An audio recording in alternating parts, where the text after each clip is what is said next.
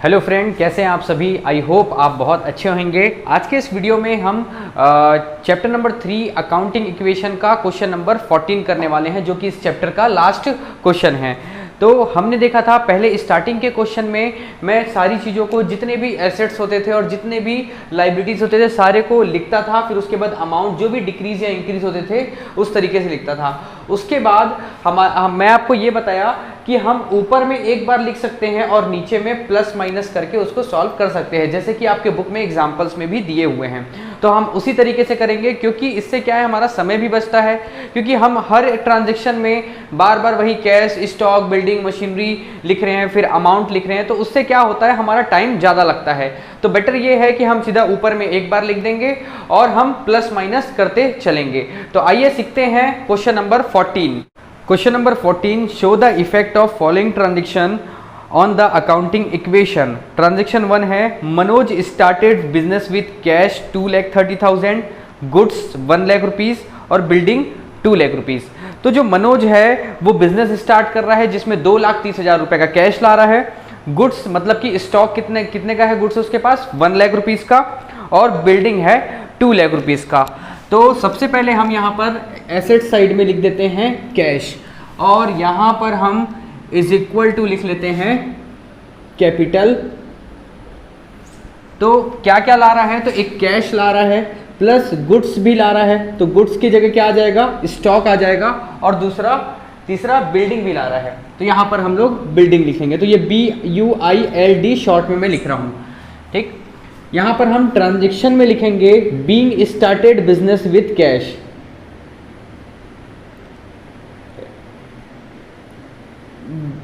Being started business with cash, goods and building. तो हमारे पास cash कितने का है, तो 2,30,000 रुपीज़ का कैश है। स्टॉक है 1 लाख रुपीज़ का, और जो बिल्डिंग है वो है हमारे पास 2 लाख रुपीज़ का, ठीक है। तो जो बिजनेस कौन चला रहा है, तो ये मनोज चला रहा है। तो देखो मनोज ने सबसे पहले क्या किया है, कैश, स्टॉक और बिल्डिंग, ये तीनों अपने बिजनेस में ला रहा है। तो यही क्या है उसका, यही उसका कैपिटल है। तो 2,30,000 प्लस 1 लाख, ये हो गया 330, और 330 प्लस 2 लाख कितना हो जाएगा, 5,30,000 रुपीज़, जो उसका कैपिटल हो जाएगा। यहाँ पर लिख रहे हैं 5,30,000 रुपीज़, ठीक है। उसके बाद सेकेंड जो ट्रांजेक्शन है, ही परचेज गुड्स फॉर कैश। तो यहाँ पर हम लिखेंगे परचेज गुड्स फॉर कैश। माफ कीजिएगा, यहाँ पे बीइंग नहीं लगता, बस आप लिखेंगे started business with cash, goods and building. और सेकंड है परचेज गुड्स फॉर कैश। तो कितने का सामान परचेज कर रहा है, ये 50,000 रुपीज़ का परचेज कर रहा है। तो क्या होगा, सेकंड ट्रांजेक्शन में जो कैश है 50,000 रुपीज़, ये 50,000 रुपीज़ माइनस हो जाएगा कैश से, और यहाँ पर परचेज कर रहा है तो गुड्स बढ़ेगा, ठीक है। गुड्स कितने का बढ़ेगा, 50,000 रुपीज़ का। तो स्टॉक में ये प्लस हो जाएगा 50,000 रुपीज़।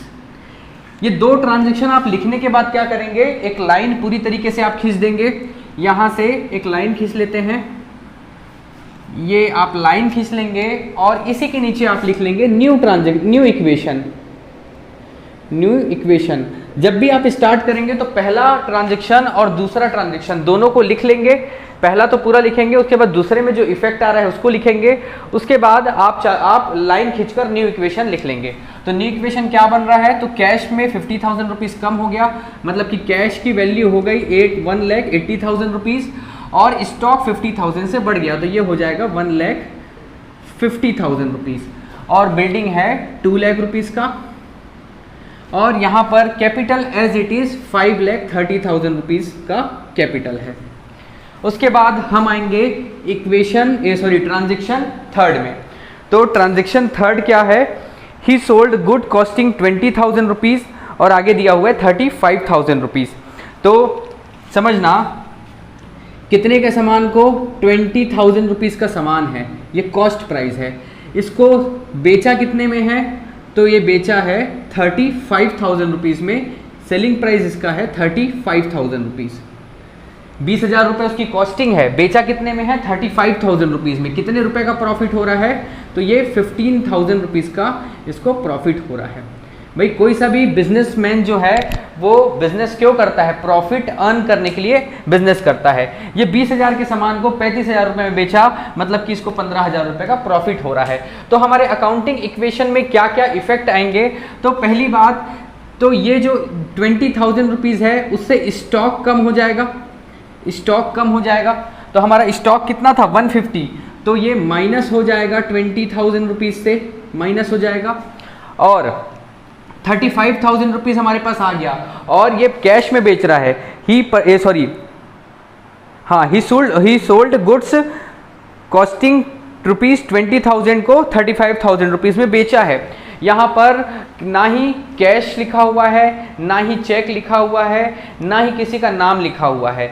इसका मतलब साफ ये है कि इसको हमने कैश में सेल किया है। ठीक है, जब कुछ ना दे तो हम ये मानते हैं कि हम कैश में सेल किए हैं। तो इतना रुपए 35,000 रुपीज़ क्या होगा, कैश में इंक्रीज हो जाएगा। और प्रॉफिट 15,000 रुपीज़ है, तो प्रॉफिट क्या होगा, कैपिटल जो है वो 15,000 रुपीज़ से इंक्रीज हो जाएगा। ठीक है, तो यहां पर लिखते हैं हम sold goods for cash, cash में बेचा गया है। तो कैश में बेचेगा तो पहला तो गुड्स 20,000 रुपीज़ का कम हो गया, कैश 35,000 रुपीज़ से इंक्रीज हो जाएगा, 35,000 से प्लस कर देंगे, और कैपिटल जो है वो 15,000 से प्लस हो जाएगा। अब इसके बाद एक लाइन खींचेंगे और लिख देंगे न्यू इक्वेशन। यहां पर हम लिख देंगे न्यू इक्वेशन। इक्वेशन 1,80,000 में प्लस हो जाएगा 35,000 रुपीज़, तो ये हो जाएगा, ये 3 0 और 5 का 5, 8 + 3 कितना हो जाएगा, ये हो जाएगा 1, और ये 2,15,000 रुपीज़ कैश आ जाएगा। 20,000 रुपीज़ का स्टॉक माइनस हो गया, तो ये आ जाएगा 1,30,000 रुपीज़। उसके बाद building 2 lakh rupees as it is रहेगा, और 15,000 रुपीज़ का इस ट्रांजेक्शन में प्लस हुआ, तो ये आ जाएगा 5,45,000 रुपीज़। ठीक है, उसके बाद फोर्थ इक्वेशन देखते हैं। फोर्थ इक्वेशन है ही परचेज गुड्स फ्रॉम राहुल। वो राहुल से सामान परचेज कर रहा है, और राहुल से कर रहा है, इसका मतलब क्या है, नाम दिया है, वो कैश नहीं लिखा हुआ है। जहां जहां कैश नहीं लिखा रहेगा, ही परचेज गुड्स बस लिखा रहता तो हम मानते कैश है। ही परचेज गुड्स फ्रॉम राहुल, नाम दिया हुआ है, इसका मतलब क्या है, क्रेडिट में हम परचेज किए हैं। तो क्या होगा, 55,000 रुपीज़ का स्टॉक इंक्रीज होगा, और लाइबिलिटीज में एक नया नाम आ जाएगा, क्रेडिटर 55,000 रुपीज़ का। ठीक है, तो हम लिखेंगे fourth point, he purchased from Rahul.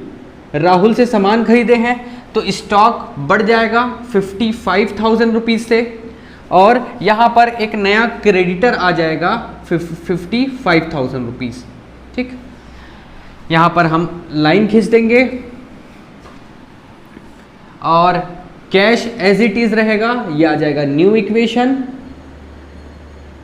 New equation 2,15,000 rupees, और 55,000 रुपीज़ प्लस होगा, तो ये आ जाएगा 1,85,000 plus building as it is है 2 लाख रुपीज़, और कैपिटल भी एज इट इज़ है 5,45,000 रुपीज़, और एक क्रेडिटर आ गया, क्रेडिटर 55,000 रुपीज़।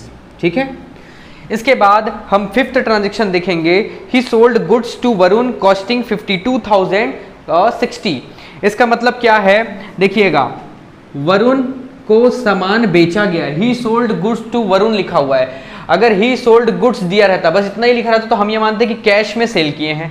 लेकिन यहाँ पर he sold goods to Varun लिखा हुआ है, नाम दिया हुआ है उस व्यक्ति का। इसका मतलब ये कैसा है, क्रेडिट में सेल हुआ है। और जब जब हम क्रेडिट में, उधारी में लोगों को सेल करेंगे, तो वो लोग हमारे लिए क्या कहलाएंगे, डेटर कहलाएंगे। तो वरुण को कितने का सामान बेचे हैं, तो 60,000 रुपये का, 60,000 रुपये में सामान बेचे हैं, और उसकी कॉस्टिंग कितनी थी, तो कॉस्टिंग थी 52,000 रुपीज़। मतलब कि हमारा स्टॉक जो है वो 52,000 रुपीज़ से कम होगा। और 60,000 रुपीज़ का डेटर आ जाएगा। डेटर हम इंक्रीज कर देंगे और नहीं है तो डेटर लिख देंगे। और हमको इस ट्रांजेक्शन में कितना प्रॉफिट हो रहा है, तो 52,000 के सामान को हम 60,000 में बेच रहे हैं तो 8,000 रुपीज़ का प्रॉफिट होगा। और जब जब प्रॉफिट होगा तब क्या होगा, तब कैपिटल इंक्रीज होगा। क्लियर है। 52,000 के सामान को हम 60,000 रुपये में बेचे और उधारी में बेचे, और जब उधारी में बेचते हैं तो वो हमारे लिए क्या कहलाता है, डेटर कहलाता है। तो स्टॉक 52,000 से कम होगा, डेटर 60,000 रुपीज़ आ जाएगा और प्रॉफिट 8,000 रुपीज़, मतलब कि कैपिटल में इंक्रीज हो जाएगा। देखिए प्रॉफिट को हम कैपिटल में जोड़ेंगे, ऐसा इसलिए किया जाता है क्योंकि अकाउंटिंग प्रिंसिपल ये बोलता है कि अगर ट्रांजेक्शन हुआ है, भले वो पैसा मिला रहे या ना मिला रहे, उधारी में हम बेचे हैं, पैसा मिला नहीं है लेकिन प्रॉफिट तो हुआ है, तो अकाउंटिंग जो प्रिंसिपल है वो बोलता है कि उसको मेंशन किया जाता है। ठीक है, तो हम प्रॉफिट में उसको ऐड करेंगे। तो यहाँ पर हम 5th पॉइंट लिखेंगे, sold goods to Varun, Varun को सामान बेचा गया। ठीक है, कैश कुछ नहीं होगा क्योंकि पैसा नहीं आया है, उधारी में है। स्टॉक कितने से कम होगा, 52,000 रुपीज़। ठीक है, 52,000 रुपीज से स्टॉक कम होगा। और बिल्डिंग एज इट इज रहेगा, यहां पर एक नया नाम आ जाएगा डेटर, और डेटर्स में कितना आ जाएगा, 60,000 रुपीज। ठीक है, और ये सभी ट्रांजैक्शन में कितना प्रॉफिट हुआ है, 8,000, तो 8,000 रुपीज से कैपिटल इंक्रीज हो जाएगा। ठीक, अब यहां पर हम लाइन खींच देंगे और यहां लिख देंगे न्यू इक्वेशन। न्यू इक्वेशन, तो न्यू इक्वेशन में कैश एज इट इज रहेगा 2,15,000 रुपीज़, और 1,85,000 का स्टॉक था जिसमें कि 52,000 का स्टॉक माइनस हो जाएगा।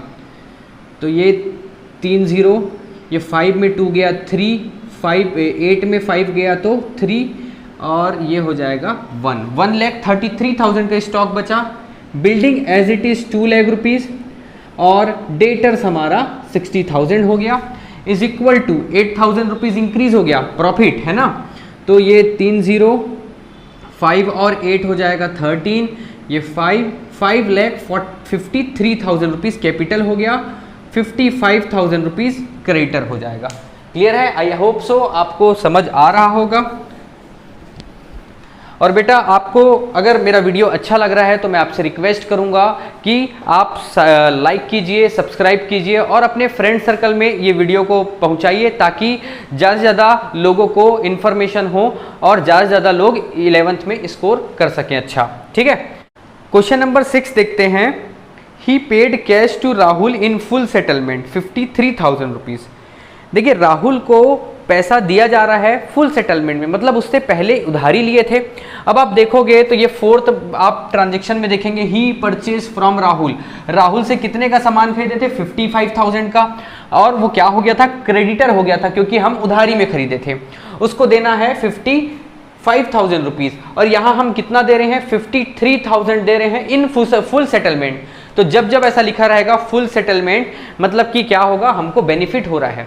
जैसे कि मेरे को देना था 55,000 और कितने में वो मान गया, 52,000 रुपीज़ में मान गया, मतलब कि 3,000, मतलब कि सॉरी देना कितना था, 55,000 देना था और 53,000 में वो मान गया, मतलब कितने का बेनिफिट हो रहा है, 2,000 का। आपके साथ भी कभी ऐसा होता होगा, जैसे कि आप जीन्स टी शर्ट लेने गए, या गर्ल्स जो हो गए अपने जीन्स ले रहे हैं, टॉप ले रहे हैं, तो अगर मान के चलिए वो 1100 रुपये का हो रहा है तो आप 1000 रुपये देते हैं, ले भैया 1000 रुपये रख लीजिए, तो वो मान जाता है, चलो ठीक है करके, मतलब 100 रुपये और डिस्काउंट दे दिया। हमारे लिए वो 100 रुपये हमारे लिए बेनिफिट है, और उसके लिए जो आपको डिस्काउंट दिया है उसके लिए क्या है, उसके लिए लॉस है। ठीक है, तो यहाँ पर हमको पैसा देना था 55,000 रुपीज़ और 53,000 में मान गया, मतलब 2,000 क्या है हमारे लिए, प्रॉफिट है। और जब जब प्रॉफिट होगा कैपिटल इंक्रीज होगा। ठीक है, तो हम लिखेंगे paid cash to Rahul, Rahul को कैश पे किया गया। देखिए ट्रांजैक्शन अगर समझना है क्या लिखना है तो बुक में जो दिया है वो भी एज इट इज आप लिख सकते हो। ठीक है, मैं शॉर्ट में लिख रहा हूं कि राहुल को कैश पे किया गया। तो कितना पे किया गया, 53,000 रुपीज़। तो 53,000 रुपीज़ कैश में कम हो जाएगा, माइनस करेंगे इसको 53,000, और यहाँ से पूरा का पूरा 55,000 रुपीज़ क्रेडिटर पूरा का पूरा माइनस हो जाएगा। और 2000 रुपीज़ का बेनिफिट हुआ है, तो 2000 रुपीज़ यहाँ पर प्लस हो जाएगा। ठीक है, किसी को डाउट तो नहीं है यहाँ पे 55,000 रुपीज़ कैसे माइनस हो रहा है? यार हमको देना था 55 और 53 में मान गया, इसलिए हम पूरा का पूरा माइनस कर देंगे। हमको 2000 बेनिफिट हो रहा है, इसलिए कैपिटल में हम इसको इंक्रीज कर देंगे। हमारे पास से पैसा जा कितना रहा है? 53,000, उसको हम माइनस कर दिए। ठीक, लाइन खींच के लिखेंगे न्यू इक्वेशन, न्यू इक्वेशन। तो न्यू इक्वेशन में 2,15,000 में 53,000 माइनस होगा, ये 5 में गया, 5 माइनस 3 हो गया 2, ये 11 माइनस ये 6, 1,62,000 रुपीज़ अब कैश बचा, और स्टॉक एज इट इज़ रहेगा 1,33,000 रुपीज़, बिल्डिंग है 2 लाख रुपीज़, और डेटर है 60,000 rupees is equal to 2,000 rupees plus हो गया तो 5,55,000 रुपीज़ हो जाएगा। और ये क्रेडिटर पूरी तरीके से अब समाप्त हो गया, क्योंकि हम उसको पैसा दे दिए, वो भी फुल सेटलमेंट में। ठीक है, उसके बाद नेक्स्ट क्वेश्चन है, नेक्स्ट ट्रांजेक्शन है salary paid by him, salary paid by him 20,000 rupees. देखिए, जब जब आप सैलरी पे करोगे, एक्सपेंस होगा, तो वो क्या होगा? कैश कम होगा और कैपिटल भी कम होगा। तो 20,000 रुपये का सैलरी दिया है तो कैश कम होगा और इधर से आपका कैपिटल भी कम होगा। ठीक, तो हम लिखेंगे 7th paid salary, paid salary, salary पे करेंगे 20,000 रुपीज़ माइनस होगा, और यहाँ पर कैपिटल में भी 20,000 रुपीज़ माइनस होगा। लाइन खींचेंगे और लिखेंगे new equation, new equation, new equation. ये हो जाएगा 1,42,000, ये स्टॉक 1,33,000, बिल्डिंग है 2 लाख रुपीज़, डेटर है 60,000 रुपीज़, कैपिटल 20,000 रुपीज़ से कम हो जाएगा और ये हो जाएगा 2,35,000 रुपीज़। ठीक है, ये हो गया नया इक्वेशन। अब उसके बाद 8th है receive cash from Varun in full settlement 59,000 rupees. तो वरुण से हमको पैसा मिला है, वरुण से हमको पैसा मिला है, इसका मतलब कि हम उसको कहीं ना कहीं पास्ट में उधारी में सामान बेचे हैं, हमको उससे पैसा लेना है, मतलब वो हमारा डेटर होगा। तो देखिए यहाँ पर वरुण को हम सामान बेचे थे 5th ट्रांजेक्शन में, कितने का सामान बेचे थे? तो 60,000 रुपये का सामान बेचे थे, जो कि हमारे लिए डेटर था। हमको कितना रुपए लेना था? 60,000 रुपीज़ हमको लेना था उससे। ठीक, और हमको वो कितना दे रहा है? 59,000 रुपीज़ दे रहा है, और हम फुल सेटलमेंट, मतलब कि हम मान गए चलो भाई ठीक है, मतलब यार हमारा तो नुकसान हो गया, 60,000 लेना था, लेकिन वो बोला अरे भैया लो ना 59,000 रुपीज़ में आप मान जाओ, वैसे भी हम कितने सालों से बिजनेस कर रहे हैं और हम मान जाते हैं यार, वैसा करते हैं। तो हमारे लिए वो क्या है, एक हिसाब से हम डिस्काउंट दिए हैं तो हमारे लिए वो लॉस है। और हम उसको कहाँ लिखेंगे? 1,000 रुपये जो है हमारा नुकसान हो गया, तो हम 1,000 रुपये यहाँ पर माइनस कर देंगे कैपिटल में। ठीक है, तो देखिएगा कैसे लिखेंगे।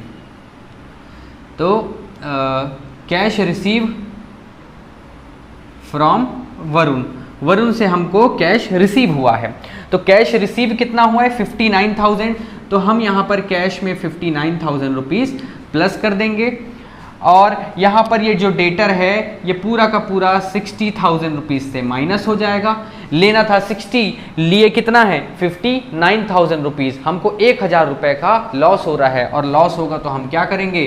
कैपिटल से डिक्रीज कर देंगे 1,000 रुपीज़। ठीक है, और यहाँ पर ये लाइन खींचेंगे और लिख देंगे न्यू इक्वेशन, न्यू इक्वेशन। ये आएगा, ये 3 0 11 5 4 9 10 0, ये आ गया 2,01,000 रुपीज़, और स्टॉक एज इट इज़ रहेगा 1,33,000, 2 लाख रुपीज़ का बिल्डिंग है, डेटर पूरी तरीके से समाप्त हो गया, और कैपिटल जो है हमारा 5,34,000 रुपीज़ हो गया। ठीक है, देखिए नीचे जगह नहीं है, इसलिए अब मैं नेक्स्ट क्वेश्चन को ऊपर लिखूंगा, और ये न्यू इक्वेशन जो है यहाँ से मैं चालू करूँगा। ठीक है, अब ट्रांजेक्शन 9 में आते हैं। 9 लिखा हुआ है रेंट आउटस्टैंडिंग। रेंट आउटस्टैंडिंग का मतलब ये है हमको रेंट देना है, ड्यू हो गया है, हम दिए नहीं हैं। ठीक है, तो यहाँ पर 9th लिखेंगे रेंट आउटस्टैंडिंग। रेंट ओएस मतलब आउटस्टैंडिंग। रेंट आउटस्टैंडिंग से क्या होगा, देखिए यहाँ पर एक क्रेडिटर के बाजू में एक नया लाइबिलिटीज आ जाएगा आउटस्टैंडिंग रेंट करके, और यहाँ पर प्लस हो जाएगा। देखिए कैपिटल 5,34,000 था, क्रेडिटर 0 हो गया था, पेमेंट कर चुके थे, और उसके बाद आउटस्टैंडिंग रेंट, तो आउटस्टैंडिंग रेंट कितना दिया हुआ है 3,000 रुपीज़, तो यहाँ पर 3,000 रुपीज़ ऐड हो जाएगा। यहाँ पर हम नीचे ऐड कर लेंगे 3,000 रुपीज़, और ये कहीं ना कहीं हम जब रेंट पे करेंगे, आउटस्टैंडिंग मतलब अभी पे किए नहीं है, करना है, वो लाइबिलिटीज़ है हमारी।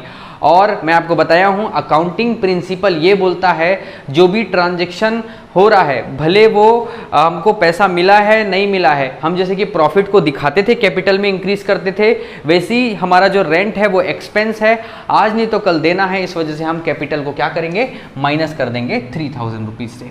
ठीक है, तो ये हमारा नया इक्वेशन बन जाएगा। यहाँ पर लिखेंगे new equation. New equation, cash 2,01,000 rupees, stock 1,33,000 rupees, building 2 lakh rupees, debtor हमारा 0 हो गया, डेटर का भी पेमेंट हमको पैसा मिल गया था। कैपिटल जो है वो 3,000 रुपीज़ से माइनस हो जाएगा, तो ये आ जाएगा 5,31,000 रुपीज़, और क्रेडिटर 0 हो जाएगा, और एक नया नाम आ जाएगा लाइबिलिटीज़ में आउटस्टैंडिंग रेंट 3,000 रुपीज़। ठीक है, उसके बाद आते हैं ट्रांजैक्शन नंबर 10 में। 10 दिया हुआ है प्रीपेड इंश्योरेंस। प्रीपेड इंश्योरेंस का मतलब ये होता है कि हम आने वाले साल का इंश्योरेंस पहले से दे दिए, और जो प्रीपेड होता है वो हमारे लिए एसेट होता है, तो एसेट में एक नया नाम आ जाएगा प्रीपेड करके, और कैश से माइनस हो जाएगा 2,000 रुपीज़। ठीक है, प्रीपेड इंश्योरेंस। तो यहाँ पर सबसे पहले मैं लिख रहा हूँ प्रीपेड, पीपी इंश्योरेंस मतलब प्रीपेड इंश्योरेंस। यहाँ 10th है, यहाँ पर हम लिखेंगे प्रीपेड इंश्योरेंस। प्रीपेड इंश्योरेंस तो कितना माइनस होगा, 2,000 रुपीज़ कैश से माइनस हो जाएगा, ये माइनस लिख देता हूँ, माइनस करेंगे, और यहाँ पर प्रीपेड इंश्योरेंस में 2,000 रुपीज़ आ जाएगा, और बन जाएगा न्यू इक्वेशन। न्यू इक्वेशन 2,000 इसमें माइनस करेंगे तो ये आ जाएगा 1,99,000 रुपीज़, प्लस स्टॉक 1,33,000 रुपीज़, और बिल्डिंग 2 लाख रुपीज़, डेटर 0 हो गया था, और प्रीपेड इंश्योरेंस है 2,000 rupees, is equal to capital 5,31,000 rupees, और क्रेडिटर 0, और आउटस्टैंडिंग रेंट 3,000 रुपीज़। ठीक है, अब आते हैं ट्रांजैक्शन नंबर 11 में, commission receive by him. Commission मिला है, कमीशन मिलना क्या होता है हमारे लिए, हमारे लिए एक हिसाब से इनकम है, तो कैश बढ़ेगा और कैपिटल भी बढ़ेगा 13,000 रुपीज़ से। तो 11 पॉइंट हम लिखेंगे कमीशन रिसीव्ड कितना 3,000 रुपीज़, सॉरी 13,000, तो कैश हमारा 13,000 से बढ़ जाएगा, और 13,000 से कैपिटल भी बढ़ जाएगा। ठीक है, ये प्लस लिख दिया हूँ, यहाँ पर भी ये प्लस, लाइन खींचेंगे और लिखेंगे न्यू इक्वेशन। न्यू इक्वेशन 1 2 3 30 9 10 11 12 1 9 10 11, ये आ गया 2,12,000 रुपये हमारा कैश हो गया, और stock 1,33,000 rupees, building 2 lakh rupees, debtor 0, और प्रीपेड इंश्योरेंस है 2,000 रुपीज़, इज इक्वल टू ये 13,000 प्लस हो जाएगा, तो 3 0 और 3 + 1 4 और 3 + 1 4, 5,44,000 रुपीज़, क्रेडिटर हो गया 0, और आउटस्टैंडिंग रेंट हो गया 3,000 रुपीज़। 12th ट्रांजेक्शन दिया है, amount withdraw by him for personal use 20,000 rupees. Amount withdraw कर रहा है अपने पर्सनल यूज़ के लिए, उसको हम क्या बोलते हैं, ड्राइंग बोलते हैं। तो वो पर्सनल यूज़ के लिए क्या विड्रॉ कर रहा है, कैश विड्रॉ कर रहा है। तो कैश 20,000 कम हो जाएगा, और जब वो पर्सनल यूज़ के लिए कैश विड्रॉ करता है तो कैपिटल भी कम हो जाता है। तो यहाँ पर 12th पॉइंट लिखेंगे, cash withdraw for personal use.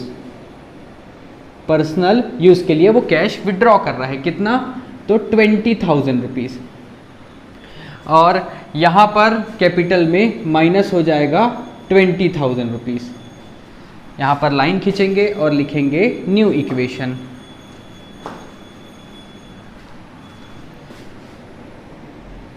New equation, ये हो गया 2, ये हो गया 11 में गया 9, 1,92,000 रुपीज़, प्लस हो जाएगा बिल्डिंग 1,33,000 और 2 लाख रुपीज़ बिल्डिंग हो गया। Debtor 0, prepaid insurance 2,000 is equal to, इसमें 20,000 कम होगा तो ये होगा 5,24,000 रुपीज़। ये आपका क्रेडिटर 0 रहेगा और आउट स्टैंडिंग रेंट हो गया 3,000 रुपीज़। ठीक है, ठीक। अब इसके बाद नेक्स्ट है 12th पॉइंट है depreciation charge on building. Depreciation charge on building मतलब कि बिल्डिंग की वैल्यू कम हो गई। कितनी कम हो गई, 10,000 रुपये। जब जब हमारे एसेट की कीमत कम होगी, डेप्रीशिएशन लगेगा, वैसे ही हमारा क्या होगा, कैपिटल भी कम हो जाएगा। क्लियर है। तो 10,000 रुपये हमारा मशीन की बिल्डिंग की वैल्यू कम हो जाएगी, ये हो जाएगा 1,90,000 और कैपिटल भी हम कर देंगे 10,000 रुपीज़ से माइनस। तो 13th हमारा होगा depreciation on building. Depreciation on building, तो बिल्डिंग कितने का है, 2 लाख का है, 10,000 रुपीज़ माइनस होगा और कैपिटल भी कम हो जाएगा। जब जब हमारा फिक्स्ड जो एसेट होता है, बिल्डिंग हो गया, लैंड हो गया, मशीनरी हो गया, उसकी कीमत कम होगी। कब कम होती है, डेप्रीशिएशन लगता है, हम उसको सालों दर सालों इस्तेमाल कर रहे हैं, उसकी वजह से क्या होता है, उसकी कीमत कम हो जाती है। तो जब जब डेप्रीशिएशन लगेगा तो जो डेप्रीशिएशन का अमाउंट होगा वो मशीन की वैल्यू से कम हो जाएगा, प्लस आपका कैपिटल भी कम हो जाएगा।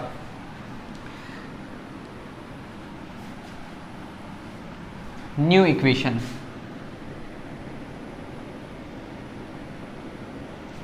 ₹1,92,000 rupees, cash as it is 1,33,000 rupees.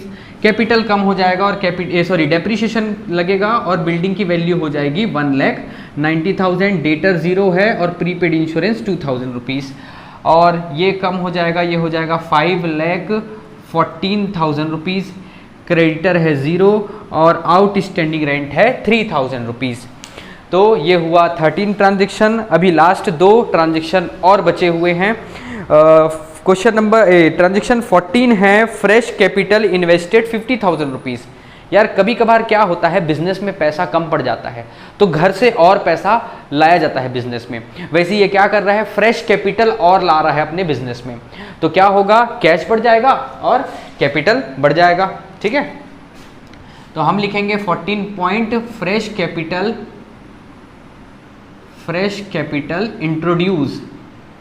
Introduced. Fresh capital कितना ला रहा है, 50,000 रुपीज़ का, तो ये 50,000 रुपये से ये इंक्रीज हो जाएगा कैश, और कैपिटल भी 50,000 रुपीज़ से बढ़ जाएगा। ठीक,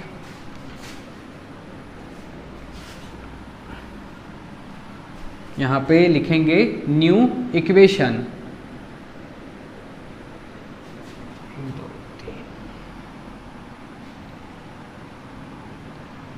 ये हो जाएगा 2,42,000 रुपीज़। स्टॉक है 1,33,000 और बिल्डिंग की वैल्यू हो गई अब 1,90,000। डेटर्स है 0 और प्रीपेड इंश्योरेंस है 2,000 रुपीज़।